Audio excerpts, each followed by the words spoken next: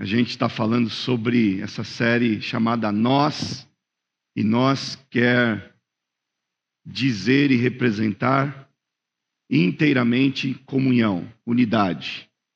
O propósito de Deus para a igreja, o propósito daquele que fundou a igreja em si mesmo. Jesus disse a Pedro: você é Petrus, mas sobre esta pedra eu edificarei a minha igreja. Esses termos Petrus e Petra no grego Petrus é fragmento de pedra e Petra é rocha. Então Jesus disse para Pedro: tu és Petrus, você é fragmento de pedra, mas sobre esta Petra, ele não disse sobre a Petrus, ele disse sobre a Petra eu vou edificar a minha igreja. Então, o romanismo entendeu diferente esse texto. Eles leram e não perceberam a diferença do grego. E aí eles pensaram que Pedro fosse o fundamento da igreja. E não é. O fundamento da igreja é Cristo. Só Ele, apenas Cristo. Ele disse: eu vou edificar a minha igreja. Então, aquele que fundou a igreja, ele a fundou para que ela fosse uma. Ele disse: eu quero que vocês sejam um, como eu e o Pai também somos um. A beleza da igreja está na unidade. A beleza da igreja está em vivermos em comunhão, em estarmos unidos em Cristo Jesus. Eu dei o exemplo aqui esses dias do estar juntos e estar unido. E eu fiz uma dinâmica de que estar junto é isso aqui. Você pega duas pessoas e fala para eles juntarem as mãos assim num high five, e pega duas outras pessoas bem fortes e pede para eles puxarem as mãos dessas pessoas. Facilmente eles vão conseguir separar as mãos. Mas se você pegar as mãos ou a mão de alguém e entrelaçar assim aos dedos, você pode pedir para duas pessoas bem fortes puxar, e as mãos não vão se soltar se essas pessoas não quiserem. Isso é ser igreja, é estarmos unidos. Não é simplesmente a gente sentar junto nas mesmas cadeiras todos os sábados.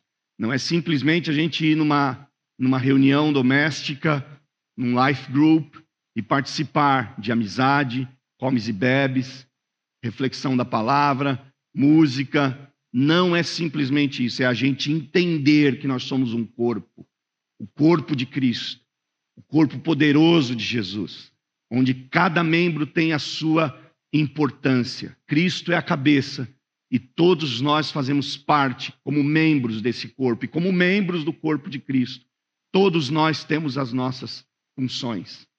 Você tem, de todos os seus órgãos do seu corpo, todos eles são importantes. Você não pode ficar sem nenhum deles. Se você, algum dia, recentemente a gente orou por uma pessoa da família do meu irmão e por causa de diabetes, ia sofrer uma amputação. E esse homem, depois da amputação, começou nos dias subsequentes ter crises. E as crises dele, os médicos, os psicólogos já sabiam e disseram para a família: isso acontece muito com toda pessoa que sofre uma amputação de um membro do corpo, principalmente quando é um membro grande. Era uma perna, ele tinha amputado a perna inteira. Então os médicos e os psicólogos já estão acostumados com isso. A pessoa sofre uma crise enorme pela amputação de um dos membros do corpo. Então a gente não quer ficar sem nenhuma parte do nosso corpo. A gente quer preservar, e Deus também quer nos preservar assim, unidos. Porque o corpo não é nosso, o corpo é de Cristo. E como corpo de Cristo, nós só temos valor juntos e unidos. E alguém diz assim: eu posso ser corpo de Cristo fora, sozinho, porque eu sou igreja, eu sou o corpo de Cristo. Não. Apenas nós conseguimos ser corpo de Cristo. Uma pessoa sozinha não pode ser corpo de Cristo. A pessoa pode dizer assim: não, eu consigo ser igreja lá na minha casa. participar das lives e assim sou igreja. Não, a pessoa não consegue. Um professor de teologia outro dia deu um exemplo e eu achei muito interessante. Ele disse, se você vê uma pessoa na rua sem um membro do seu corpo, sem uma perna, sem um braço, você vai achar algo em comum, mas a gente, todavia, vai entender que existem pessoas que foram mutiladas, perderam um membro do corpo. Agora, se você vê uma perna andando sozinha, à noite, na rua, o que é que você faz? Você corre. Então é isso que algumas pessoas estão dizendo ser. Eu sou corpo de Cristo, sozinho. Ele é uma perna, ele é um monstro, um fantasma no mundo. Não existe. A única possibilidade de nós sermos corpo de Cristo é isso aqui, ó. É a gente estar unido. E unido nas celebrações, unido nas nossas reuniões domésticas e, sobretudo, unido num propósito. O propósito de servirmos e vivermos em Cristo, no Senhor Jesus. E o texto da mensagem que Deus coloca no meu coração para compartilhar com vocês hoje, ele está basicamente no capítulo 21 de João. Mas antes da gente ler o capítulo 21 de João, eu quero ler com vocês primeira epístola de João, capítulo 1, verso 3. Vamos meditar e vamos ler primeira epístola de João, capítulo 1, verso 3. Porque nessa epístola a gente consegue ter a ideia do que o Senhor me desperta para falar com vocês hoje. 1 João, capítulo 1, verso de número 3. Proclamamos o que vimos e ouvimos para que vocês também tenham comunhão conosco. Comunhão, unidade. Nossa comunhão é com o Pai e com seu Filho, Jesus Cristo. Mantenha esse verso aqui, Alex, só para eu dizer para vocês, introduzir o que Deus fala no meu coração hoje no capítulo 21 de João. Mesmo João, que escreve o Evangelho, está deixando claro para a igreja que o ideal para a igreja é que haja comunhão, é que haja essa unidade. Mas essa unidade só faz sentido se ela estiver fundamentada no Pai e no Filho. Porque você diz assim, existe outro tipo de comunhão que não seja no Pai e no Filho? Vamos lá em João 21 e a gente vai ver. Capítulo 21 de João, do Evangelho de João.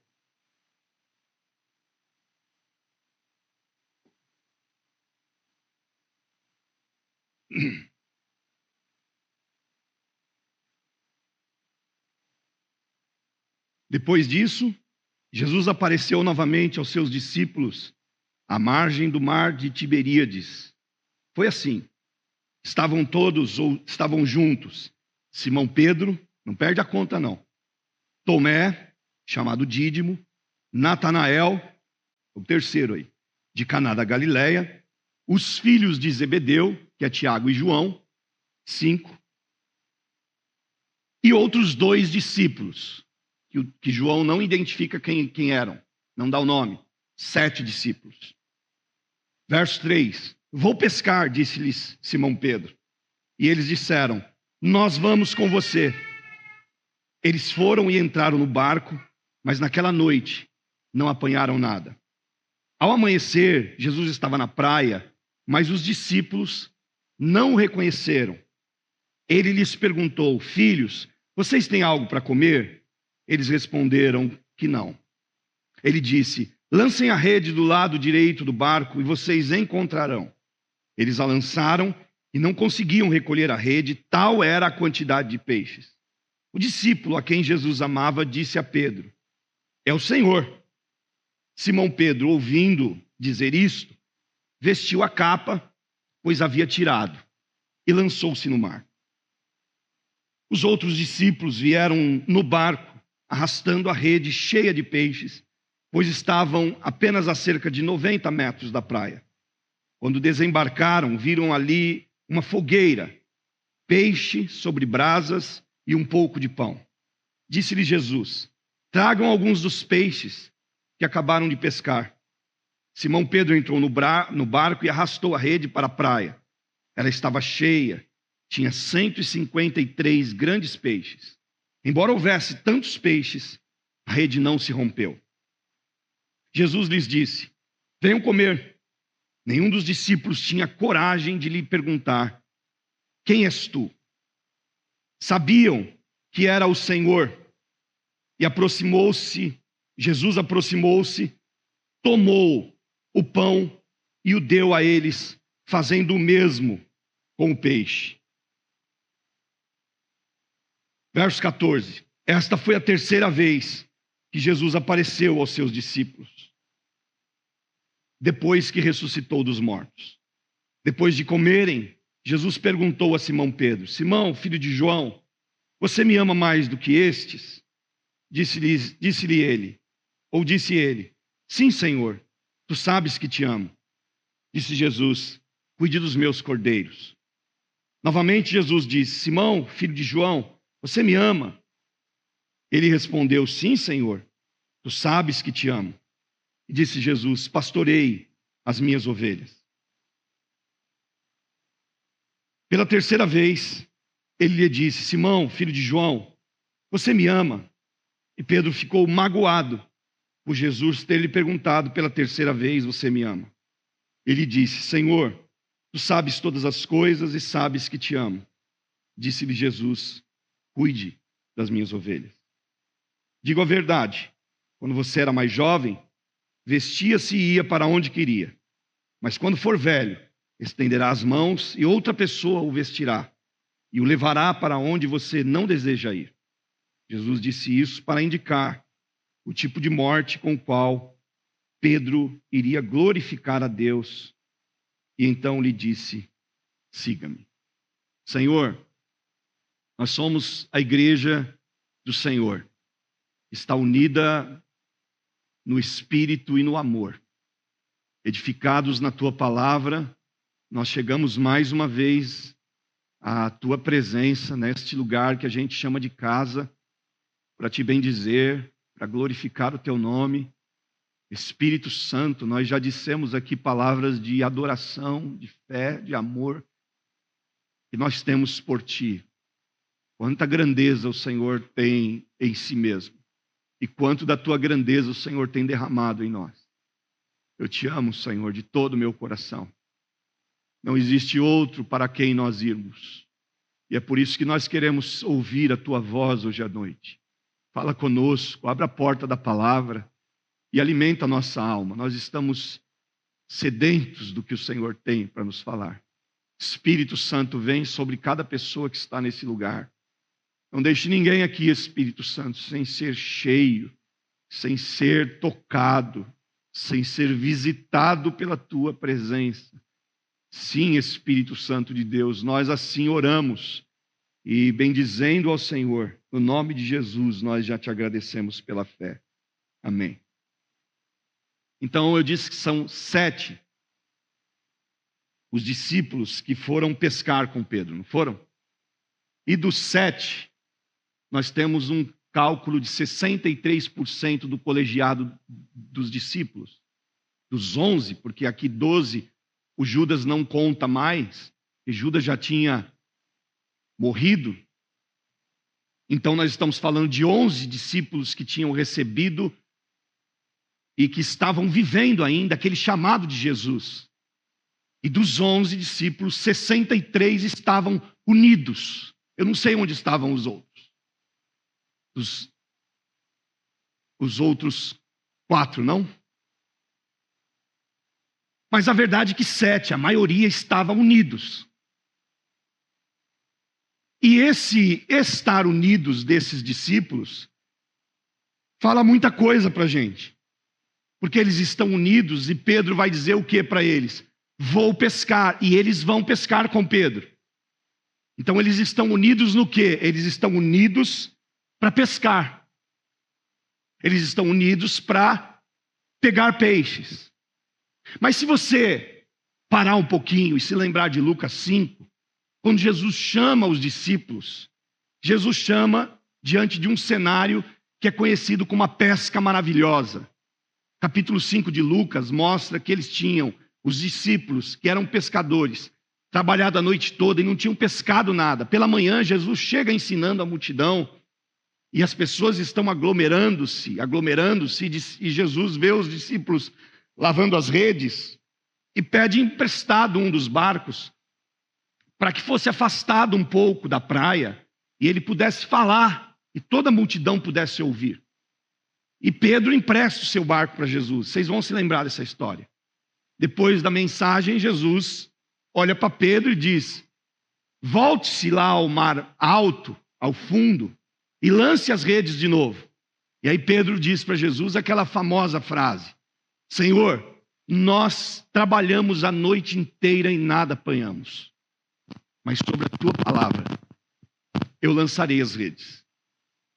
E o resultado foi que eles apanharam tantos peixes que eles precisaram pedir ajuda para os outros barcos, dos amigos, para conseguir retirar aqueles peixes. Quando eles saem da água, Pedro corre até Jesus, se prostra aos pés de Jesus e diz: Senhor, afaste-se de mim porque eu sou pecador. E Jesus fala para Pedro ali algo. Jesus disse assim: de hoje em diante, Pedro, você será pescador de homens. Esses homens estão voltando com Pedro para pescar peixes. Eles estão unidos. Mas não foi para isso que Jesus tinha chamado eles. Porque o voltar a pescar peixes fazia com que eles estivessem abandonando aquele chamado. Porque aquele chamado tinha sido um chamado tão específico na vida deles, e no caso deles, que era um chamado que não só conectava eles a um propósito agora, mas garantia a eles de que a provisão seria dada a eles e não lhes faltaria nada. E quando esses homens estão voltando a pescar, é sinal de que alguma coisa aqui está acontecendo de forma equivocada e errada. Eles estão unidos. 63% do colegiado dos discípulos está unido. Mas eles estão indo pescar. E aí eu vou chamar essa comunhão da qual eles estão vivendo, essa união da qual eles estão vivendo, de união sem Cristo. Por que união sem Cristo? Porque não era para isso que Jesus tinha chamado eles. Jesus tinha chamado eles para serem pescadores de vidas. Então, eles estão unidos para voltar a pescar peixes. Mas não era para isso. Então, a gente precisa, olhando esse texto, entender o que o Espírito Santo quer nos falar sobre essa questão da unidade. Porque nem tudo o que está unido de acordo com o propósito e o projeto de Deus. A gente pode se unir para fazer o mal. A gente pode se unir para viver para nós mesmos. A gente pode se unir para viver algo vazio. A união em si não quer dizer muita coisa. Tem muita associação aí no mundo que é unida. Mas Cristo não está lá. Existem sociedades secretas que são extremamente unidas a ponto deles fazerem e haver especulações, inclusive, de algumas sociedades secretas, de haver sacrifício humano, de haver coisas macabras, e ninguém fica sabendo, ninguém consegue achar prova. Por quê? Porque essas sociedades secretas são unidas para um determinado fim, para um objetivo. Então, união em si não é tudo. Se a gente não tiver unido, como João falou no texto que a gente leu de início, proclamamos e vimos o que ouvimos. ou proclamamos o que vimos e ouvimos, para que vocês também tenham comunhão conosco. E aí nossa comunhão é com o Pai e com o Filho. Então o que nos une não é o a gente simplesmente se simpatizar um pelo outro. Porque se a nossa união for baseada na afinidade, vocês se lembram? Porque depois, eu acho que no primeiro ano, até a gente que era bem ensinado na igreja e na palavra, o primeiro ano do BBB Brasil, eu acredito que foi assistido até pelos crentes. A Ana com certeza assistiu. Eu assisti. Eu acho que foi o único que a gente assistiu. Porque era uma novidade. O que está acontecendo aí? O BBB. O Big Brother Brasil. Certo? Depois a gente foi vendo que era um negócio tão fútil e promíscuo que aquilo não era bom colocar diante dos olhos. Mas no começo foi interessante. E cunhou-se uma ideia que acabou até, eu vi se espalhando até em relacionamentos de igreja. Que quando chegava no paredão, que a pessoa ia pegar e dar uma dispensada no outro, ele dizia assim, não, é por afinidade. Por que você está botando aquele no paredão? É por afinidade.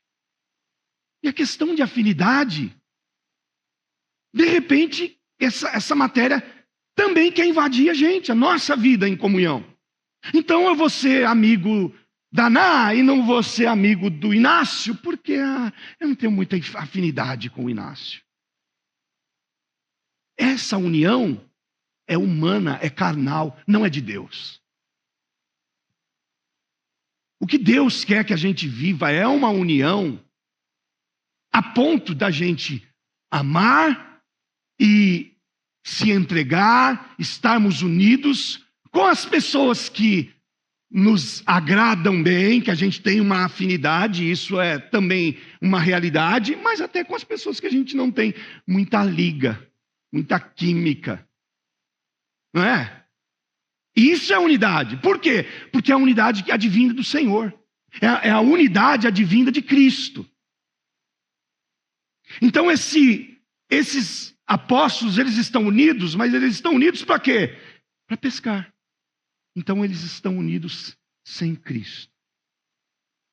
E eu fui despertado por Deus de pelo menos 4 coisas, eu sei que tem mais, se você for estudar na sua casa essa semana, que Deus está falando comigo há 2 semanas nesse texto. Mas se você for estudar na sua casa, você vai ver mais. Mas o Espírito Santo me mostrou 4 situações que acontecem quando nós estamos vivendo uma unidade sem Cristo. Como igreja, a gente tem que tomar cuidado para não estar vivendo uma unidade sem Cristo. A gente está unido, por quê? Porque a gente gosta, porque é cool, porque tem Casa Connect, porque tem comida, porque tem bate-papo. A minha cela é legal, e lá tem oportunidade de negócio, tem business. Quando estou precisando de ajuda, alguém me ajuda e tal. É só isso. E o que vem de Cristo, o que vem do Senhor, o que vem do Espírito, o que nos une, o que nos iguala. É isso que tem que fazer a diferença. Dessas 4, a primeira delas é que a comunhão ou unidade sem Cristo desconecta de qualquer revelação. A unidade sem Cristo nos desconecta da revelação. Por quê? Porque no verso 4 do capítulo 21, o texto diz assim: ao amanhecer, Jesus estava na praia, mas os discípulos não o reconheceram. Gente, Jesus está lá, eles veem Jesus, mas eles não reconhecem. Eles não reconhecem o mestre que eles andaram 3 anos. Eles não conseguiram identificar. E esse não conseguir identificar é porque eles estão unidos neles mesmos. E unidos em si, você está desviado do propósito, você está fora do que Deus te colocou e você também está desconectado da revelação. Porque o que nos revela o Senhor Jesus? A Bíblia diz que o espiritual a tudo discerne e por ninguém é discernido. Aquele que vive no Espírito consegue discernir tudo. Você chega nos ambientes, nos lugares, você identifica a presença de Deus, você identifica a presença de demônios, você identifica tudo. Você consegue fazer um raio-x do ambiente, do momento. Aquele que está vivendo uma comunhão com Deus, passa a semana buscando e entendendo o que é que Deus está falando na sua vida nessa semana, na vida da igreja. Eu tenho me encontrado com muitos de vocês nos últimos tempos e tenho feito perguntas, ou uma pergunta, basicamente. Eu tenho dito para muita gente, o que Deus está falando contigo esses últimos dias? Eu tenho tido boas surpresas de gente dizendo, pastor, Deus tem falado comigo esses dias, isso. Mas eu tenho visto gente, sabe cachorro quando cai do caminhão da mudança? que Deus está falando com você? Porque você está se ajoelhando, você está orando, você está lendo Bíblia. Deus tem que estar falando alguma coisa com você? Deus tem que estar falando alguma coisa com a gente? Ainda que seja aquilo que você recebe nesse púlpito aqui. É por isso que eu trago meu tablet, a minha caneta, e eu anoto. Quem quer que estiver pregando aqui, eu estou anotando tudo que está sendo falado.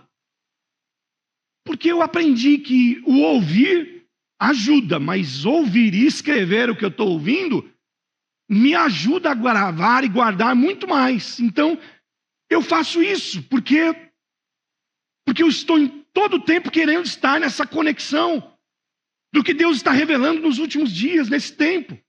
E esses apóstolos que andam com Jesus tantos anos não conseguem mais identificá-lo. Por quê? Porque eles estão unidos, mas estão unidos sem Cristo, sem os valores de Cristo, sem os princípios de Cristo, sem a direção de Cristo, sem a orientação de Cristo, sem a bênção de Cristo. E todas as vezes em que a gente pode estar unido, dizer, Senhor, estou unido, viu? Estou unido com meu marido, estou unido com a minha família, estou unido com a igreja, estou unido, Senhor. Mas se você não estiver unido no princípio da palavra, não vai fazer efeito nenhum. Sem unidade em Cristo, não há como saber quem Ele é. Não há como conhecer o caráter dele. É a unidade em Cristo que faz a gente conhecer o caráter de Cristo, que faz a gente entender como Ele é, o que Ele faz, o que Ele quer. É essa unidade da igreja com Cristo que o Senhor quer que a gente viva, irmãos, para que a gente saiba em quem a gente crê. Jó falou isso, não foi? Jó disse, eu sei em quem tenho crido. Que certeza poderosa, que poder é esse da gente saber que a gente está unido e que a gente conhece quem a gente está unido. Não há como saber, se você não estiver unido com Cristo, não há também como saber quem é você mesmo. Você não só perde a ideia da revelação de quem Deus é, como você perde a ideia da revelação de quem você é no reino de Deus. E aí você está perdidão mesmo. Está na igreja, mas daqui a pouco olha para si e fala, meu Deus, será que está fazendo sentido? Será que está fazendo sentido todo sábado? E é por isso que existe, no geral, pessoas vindo e indo das igrejas. Porque tem muita gente que vem, mas não consegue ver a revelação de quem Deus é, do que Cristo quer e de quem Ele é no Senhor. E quando eu não consigo identificar e viver a minha identidade, eu sou assim, tanto faz. Tanto faz se eu estiver como se eu não estiver. Tanto faz eu ir como se eu não ir. Tanto faz eu mudar de igreja como mudo de camisa. Tanto tanto faz eu viver uma vida inteiramente descomprometida com as coisas de Deus. Sem unidade que provém de Cristo, irmãos, a gente está perdido. A gente está sem saber nada de Deus e nada de nós mesmos. A gente precisa da unidade em Cristo. A gente precisa viver unidade em Cristo, porque a unidade que a gente viver em Cristo vai nos revelar o Pai, vai nos revelar o Filho e vai nos revelar quem nós somos nele. Qual o nosso papel nele, o que Deus, o que nós estamos vivendo nele. O que você está vivendo no Senhor? Você consegue ter a clareza de que você está ou não vivendo o propósito de Deus? Você já foi, como diz aí fora, né? Você já foi ativado no seu propósito? E de certa forma, existe essa ativação de propósito, essa é uma linguagem natural, moderna, mas Paulo falou para Timóteo: Timóteo, eu quero que você desperte o dom que há em você. Desperte o dom que há em ti, Timóteo, pela imposição das minhas mãos. Ativação de propósito. Timóteo, você recebeu o dom, só que está parado, só que está guardado. Você não colocou isso em Cristo. Você não está percebendo que você precisa ativar isso no Senhor, que você precisa ativar na palavra, você descobrir e ter a revelação de quem Deus é e de quem você é em Deus. Quando a gente não tem a revelação de quem a gente é em Deus, a gente fica amedrontado com isso, amedrontado com aquilo. A gente passa uma semana querendo fazer tudo para Deus. Na outra semana a gente quer voltar para o mar de Tiberíades para pescar.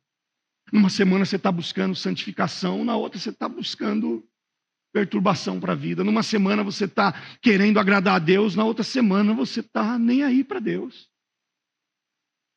Falta de identidade, falta de saber quem nós somos no Senhor. Falta de estarmos unidos em Cristo, de termos nele a fonte daquilo que a gente precisa viver, daquilo que ele quer que a gente viva. Segunda coisa, que acontece quando a gente vive uma unidade sem Cristo, é que não só nos desconecta da revelação, mas nos desconecta do propósito. E aí, qual que é o propósito? O propósito é que você seja a solução para a causa do problema, e não o problema, propriamente dito. Como igreja, Deus nos uniu para a gente ser solução. Ser a igreja do Senhor. Você não pode ser problema. Você não pode ser problema lá no trabalho. Você não pode ser problema na tua casa. Você não pode ser problema aqui na igreja. Você tem que ser elemento de solução. Onde você chegou, chegou a solução. Chegou a bênção. Está todo mundo apavorado, chega você. O crente em Jesus, que serve a ele na casa church. A pessoa fala: opa, acabou o problema, chegou a solução. Ou está sendo o contrário. Chega você, e a pessoa olha e fala: ih, chegou. Acabou o dia. Acabou a semana. Lá vem o pessimista. Lá vem o incrédulo. Lá vem o covarde. Lá vem o maldizente. Lá vem o fofoqueiro. Lá vem o materialista. Que tipo de mudança a gente causa no ambiente onde a gente está? A unidade sem Cristo nos desconecta do propósito. E eu provo aqui no verso 5. Porque no primeiro lugar, no verso 3, os discípulos, no verso 4, os discípulos não reconheceram Jesus. No verso 5, Jesus lhes perguntou: filhos, vocês têm algo para comer? Aí pega a gente. Vocês têm algo para comer? É mais ou menos o que eu falo para as pessoas e tenho falado para as pessoas. O que Deus está falando com você essa semana? E tem muita gente que, abre o alforje, abre a bolsa e começa a tirar. Pá. Né? Cai na bobeira de perguntar isso para a Leninha, sem você ter 2 horas para bater um papo com ela. Disponível. Cai na besteira. Ganhou 2 horas do dia, não vou nem dizer perdeu, ganhou 2 horas do dia. 3, né, Vivi? Liga para a Heleninha de semana e fala: ei, Heleninha, o que Deus está falando contigo? Dia que você estiver sem nada para fazer, com tempo sobrando, lá na fila do DMV, ou em qualquer outro lugar, você chegou lá, walk-in, e precisa esperar o carro para consertar, fazendo nada mesmo, vou ligar para a Heleninha. Ei, Heleninha, o que Deus está falando contigo? Filhos, vocês têm algo para comer? Esses homens não têm nada. Estão vazios. Ao invés de ser solução, eles estão sendo problema. Porque Jesus tinha chamado eles para ser solução. Jesus tinha tirado eles da vida em que eles tinham vivido para ser agora os que alimentariam as pessoas. E agora Jesus chega e que vergonha, é o próprio Jesus que está dizendo: o que vocês têm para comer? E sabe o que esses homens têm? Eles não têm nada. Eles trabalharam a noite toda, eles não têm nada, porque a unidade deles não está indo para lugar nenhum, porque a unidade deles está movida nas próprias ideias, interesses, e arrogância, e prepotência, e pecado deles. O propósito é que a gente seja solução na vida do outro e não problema. Se a pessoa a quem você está tendo comunhão estiver recebendo de você problemas que você está gerando e não solução para as necessidades delas, então a unidade que você está vivendo no Senhor e na igreja é uma unidade sem Cristo. Ter algo para comer era a identidade que Jesus queria gerar nos seus discípulos. Ter algo para comer é lembrar eles de Lucas 5, quando eles tinham sido chamados da pesca para viver a responsabilidade de saciar as pessoas. Vocês se lembram da primeira multiplicação de pães? O que é que acontece?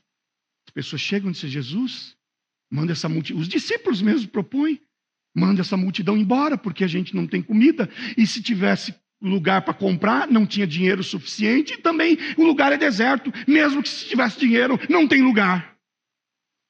O problema está instaurado. Jesus olha para eles e diz assim: deem vocês a eles de comer. Jesus transfere a responsabilidade para eles. Então, a responsabilidade é deles de ser solução. Deixa eu dizer para você, você tem família no Brasil que está vivendo problema e Deus está dizendo para você que a solução é você. Você tem problemas aqui, tem problema lá no seu trabalho, na sua empresa, e Deus está dizendo para você, despertando para dizer que a solução está na tua vida. Mas talvez você esteja vivendo uma unidade como igreja do Senhor sem Cristo. Vem na igreja todo sábado, recebe a palavra, ora, parece crente, mas não está conseguindo viver uma unidade naquilo que Deus chamou para viver. Ter algo para comer é essencial a todo cristão. A igreja que vive a unidade proveniente de Cristo precisa ter algo de Deus. Não é uma opção. Não é quando o sermão foi bom. Esse final de semana a pastora pregou demais. Meu Deus, vou anotar. Não. É sempre ter algo para comer. É uma responsabilidade nossa sempre. Se o mar tem peixe e se o mar tem pouco peixe. O pastor pregou muito. Meu Deus, é peixe demais. O pastor não pregou quase nada hoje. Não importa, você tem que ter. E tem dia que parece que Deus faz o pastor pregar pouco mesmo para mostrar para você que a responsabilidade é mais tua do que dele.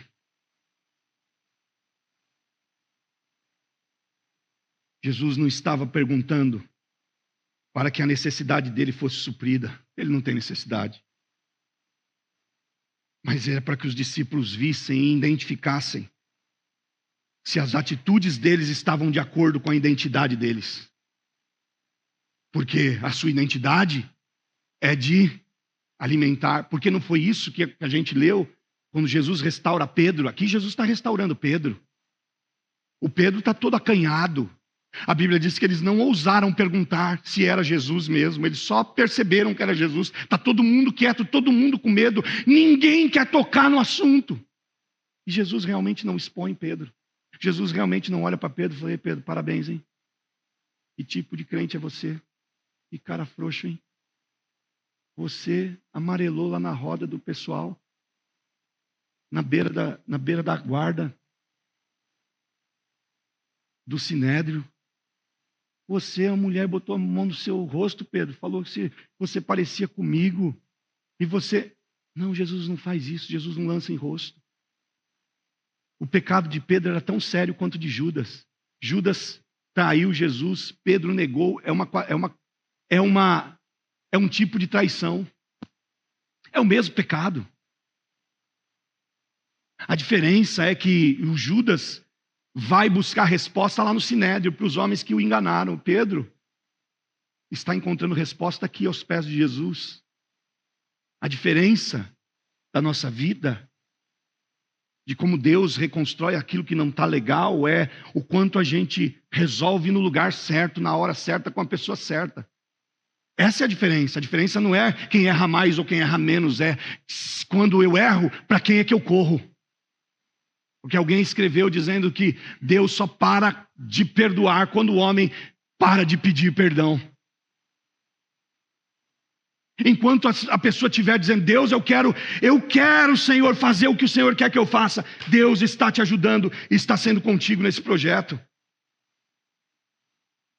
Então, esse ter algo para comer aqui, Jesus não está perguntando por que ele tá sem o que comer. Porque olha lá o verso 9. Quando desembarcaram, depois da pesca, quando desembarcaram, viram ali uma fogueira, peixe sobre as águas e um pouco de pão. Jesus tinha. Jesus não pergunta para eles, vocês têm algo para comer porque não tem nada. Jesus tinha. Então Jesus quer saber, é você.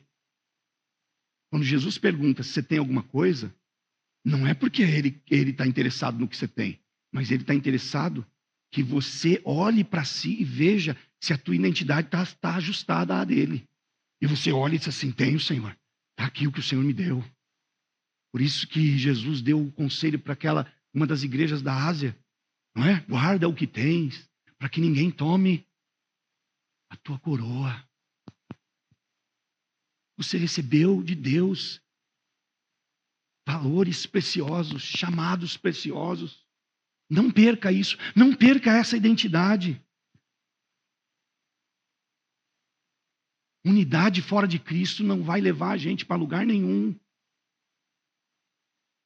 E às vezes a gente acha que, eu recebi um dom, eu tenho um dom, e o dom é uma bênção, mas o dom também pode ser um perigo. Porque Paulo diz que os dons e a vocação são sem arrependimento, ou seja, Deus te deu, é teu, ninguém toma. Ninguém toma o que Deus te deu. Só que é o perigo, onde é que está? É justamente isso. E uma vez que você recebeu o dom de Deus, você não precisa voltar nele para você ter. Você tem ele sempre. Então você tem ele perto de Deus, você tem ele longe de Deus. Deus te deu. É teu dom. Você não depende de Deus. O dom é a bênção que Deus deu para a igreja, para essa igreja ser edificada. Mas o dom pode ser uma armadilha individual para as pessoas. Porque eu posso me mover nos dons distante de Deus, mas eu não posso me mover no fruto distante de Deus. Porque Jesus disse em Lucas 15, que se nós não estivermos nele, que é a videira verdadeira, ninguém pode produzir fruto fora dele. Então qual que é o desafio? O desafio não é você se mover nos dons. O desafio é você se mover nos frutos. Frutos de salvo e fruto, no singular, do Espírito. A pergunta de Deus para você não é se você está se movendo nos dons, é se você está se movendo no fruto. Olha João 15, capítulo 15, versos 4 e 5. Permaneçam em mim e eu permanecerei em vocês. Permaneça. Nenhum ramo pode dar fruto por si mesmo, se não permanecer na videira. Vocês também não podem dar fruto, se não permanecerem em mim. Eu sou a videira, vocês são os ramos. Se alguém permanecer em mim e eu nele, esse dará muito fruto, pois sem mim vocês não podem fazer coisa alguma. A diferença é que esses apóstolos estão na água, estão no barco, mas estão sem Cristo, estão fora de Cristo. Estão unidos, mas estão fora de Cristo. Vocês se lembram da figueira? Jesus foi procurar figos num dia que ele teve fome. Marcos capítulo 11, verso 12 e 13, ele vai buscar figos. E aí ele viu de longe uma figueira e correu lá. E quando chegou lá, não tinha figos. E o texto diz assim: só haviam folhas. Porque ele viu à distância uma figueira com folhas. E ele foi ver se encontraria nela algum fruto. E quando chegou lá, não tinha nada, só tinha folhas. E aí o que Jesus disse? Seque-se, nunca mais nasça fruto de ti. Por que Jesus estava fazendo aquilo?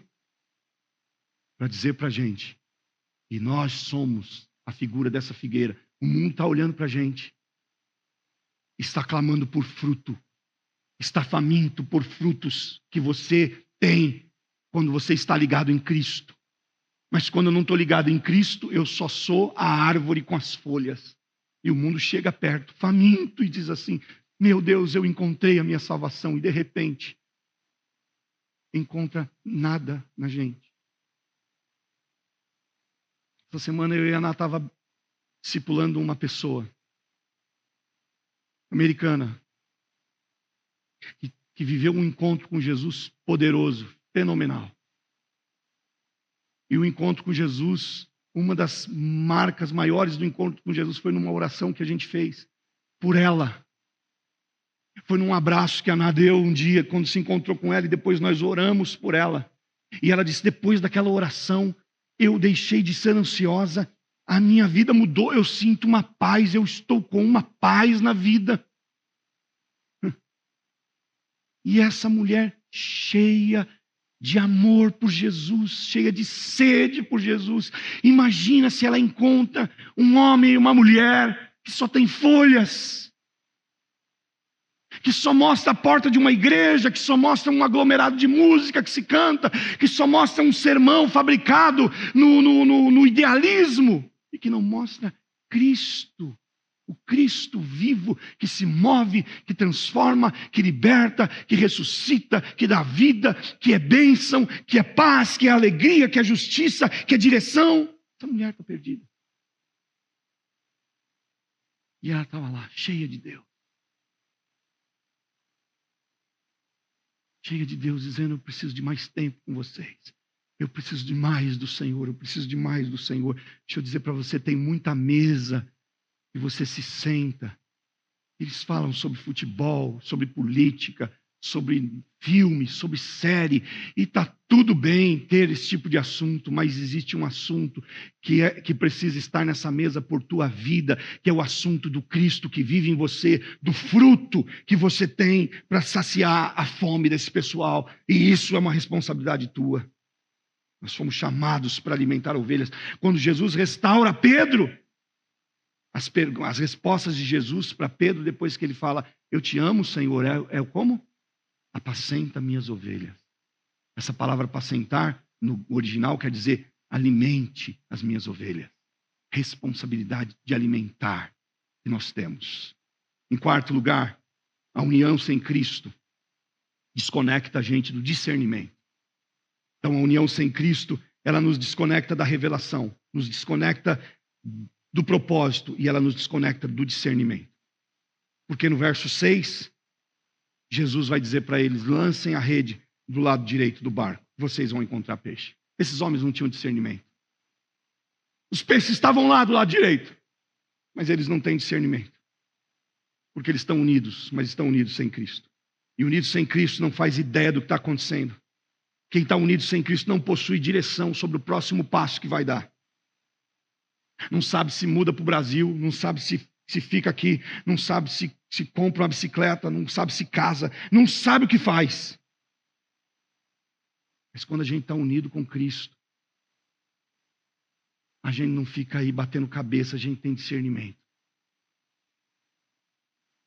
Quando você está unido com Cristo, você não precisa ficar correndo atrás de cartomante, atrás de horóscopo. Você não precisa ficar correndo atrás de energia, você não precisa ficar correndo atrás de profeta, você não precisa ficar correndo atrás de profetada. Você tem Cristo, você tem a palavra, você a tudo discerne, por ninguém é discernido.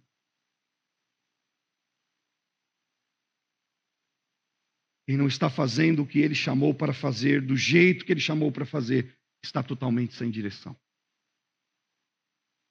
Eu vou dizer para você, vou repetir.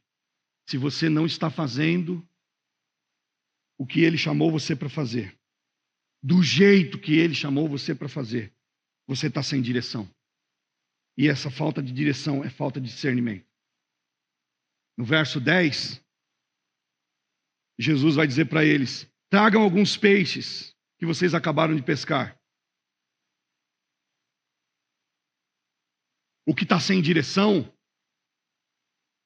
vai questionar: ô Jesus, mas o Senhor tem tanto peixe aí que eu vi, por que o Senhor está mandando eu trazer do meu? Porque não é assim que a gente faz de vez em quando? Tem tanta gente com pouco discernimento no reino de Deus, que eles não conseguem entender. Olha essa revelação aqui. Jesus tem pão e peixe na brasa, mas está dizendo para eles: dos 153 grandes peixes que vocês pescaram, uma parte eu quero que vocês tragam aqui.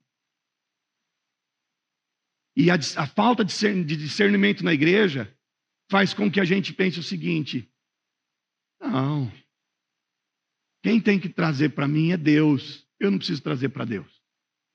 Por que é que Jesus, que tem pão e peixe na brasa, está mandando eles trazerem? Com certeza não é para fazer um rateio. Vamos fazer um rateio para ficar mais barato para todo mundo. Com certeza não é isso. É que às vezes a gente está tão sem discernimento que a gente pensa que a parte que Deus nos manda trazer para Ele é por causa dele. Mas não é. É totalmente por nossa causa. Quando Jesus está dizendo para os discípulos: tragam uma parte do que vocês pegaram, Ele está provando eles em 3 áreas. Ele está provando a generosidade deles.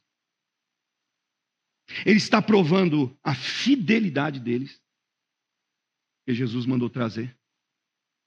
E Ele está provando a fé deles. Porque quando eu trago uma parte para Deus, eu estou sendo provado na minha fé. Porque eu olho para o que eu juntei e fico pensando: se eu tirar uma parte dali, pode ser que vá faltar. Perdi a fé. Fui reprovado na fé. Quando eu ouço Deus dizer assim: traga uma parte, e eu não trago, eu estou dizendo: o meu egoísmo, a minha pessoa é a única importância nessa causa. E aí eu não consigo ser generoso. Quando Deus diz: traga uma parte, e eu não trago, eu estou dizendo: eu não estou nem aí para o que Deus está dizendo. Se Deus está me chamando para ser fiel ou não, eu não vou seguir. Está na hora da gente começar a discernir, como igreja que está unida, o que é que Deus está querendo da gente. E não ficar questionando, e não ficar dizendo, sabe? A gente ficar tentando achar uma saída para a gente ser desconectado do que Deus quer com a gente. Há algum tempo atrás a gente teve uma reunião aqui de finanças na igreja. E a nossa financeira disse assim: olha, nós somos cerca de 30 e poucos % da igreja que são contribuintes regulares. E quando eu ouço esse tipo de coisa, eu fico me perguntando: a gente não entendeu isso aqui. A gente não entendeu Jesus dizendo para os discípulos: traga uma parte, não vai faltar. Traga uma parte, vai redundar em bênção. Traga uma parte, eu estou te exercitando na generosidade. Traga uma parte, eu estou te provando na fidelidade. Traga uma parte, eu estou te provando na tua fé. Discirna o que Deus quer com o povo que Ele uniu. Discirna qual que é o próximo passo que Deus tem para você, qual que é a próxima diretriz que Deus tem para você. E eu fecho aqui e termino dizendo que o viver uma unidade sem Cristo desconecta a gente da santidade. Porque no verso 7, o texto diz assim: o discípulo a quem Jesus amava disse a Pedro: é o Senhor. Simão Pedro, ouvindo dizer isto, vestiu a capa, pois havia tirado, e lançou-se ao mar. Pedro estava sem a túnica. A túnica que fala da proteção da nossa vulnerabilidade, que fala do que cobre a nossa nudez. Então há um tipo de unidade que estamos vivendo, que para vivê-la, talvez a gente precisa se despir. E a pergunta para você é: existe algum tipo de unidade, alguma mesa, alguma amizade, alguma união em que você está ligado, que para você estar ligado com essa união, você tem que se despir? Porque para estar lá no alto mar com os discípulos, naquele momento, naquele contexto, Pedro precisou tirar a roupa. E agora ele vai se encontrar com Jesus, põe a roupa de novo. Porque a unidade sem Cristo, a vida afastada dos propósitos inteiros de Cristo, faz a gente se despir quando é necessário se despir. E a gente se veste para algumas coisas, tira a roupa para outras. E a gente, quando está na roda do assunto, a gente está lá dentro. E depois sai e a gente se coloca a roupa, porque agora eu vou para a minha reunião com Cristo. A gente precisa estar vestido sempre. A união sem Cristo faz a gente se desconectar da santidade. Deus nos chamou para ser santos. Ser santo não é fazer, não significa não ter nenhum erro, mas significa ser um povo separado. Isso significa santificação. Santificação é separação. É a gente ter o coração separado para Deus. E se tiver alguma mesa, se tiver algum relacionamento, se tiver alguma unidade que exija eu tirar a minha roupa para eu poder sentar, eu preciso deixar de sentar nessa mesa. Se a sua unidade te fizer se despir da santidade que o Senhor te cobriu, essa unidade é uma maldição. Se a unidade que você tem, seja com um amigo, seja com um irmão, seja com quem quer que for, que faça você se despir da santidade na qual Deus te cobriu, eu quero dizer para você, essa unidade é uma maldição. Fuja dela, rompa com ela, destrua isso. Não se dispa mais para sentar em mesa, seja a mesa que for. Traga ela o benefício que for para a tua vida. Ah, mas isso aqui é negócio, é business, e aqui eu tenho que falar sobre isso. Não. Deus tem uma coisa maior para você e uma coisa melhor para você. A bênção do Senhor é quem enriquece, diz a Bíblia, e não acrescenta dores. Se você tiver de sentar em mesas, se você tiver de fazer negócios, e para fazer negócios você tem que se despir da sua identidade cristã, é melhor que você não faça. É melhor que você espere no Senhor, que vai abrir portas e que vai fazer com que as coisas se ressignifiquem para você, mas você não vai precisar se despir da sua identidade e da sua vida com Cristo. Alinhe sua unidade, pois nós fomos chamados não para sermos surpreendidos em nudez, nós fomos chamados para sermos buscados quando estivermos vestidos. Jesus vem buscar um povo, uma noiva, que está ataviada. Sabe o que é ataviada? É arrumada, preparada, bem penteada, bem vestida, cabelo pronto, roupa pronta, unhas prontas. Tudo pronto para se encontrar com o noivo. Sabe qual tem que ser a sua preocupação da segunda-feira? Não é quanto mais você vai ganhar essa semana, mas é quanto mais parecido você está com Jesus, quanto mais preparado você está para a volta do noivo que vem buscar como igreja. A nossa preocupação nessa próxima semana não pode ser quanto peru eu vou comer na ceia do Thanksgiving, Senhor. Não, mas é quanto eu estou mais preparado como noiva para a volta do noivo. Essa é a nossa preocupação. Essa tem que ser a nossa inquietação.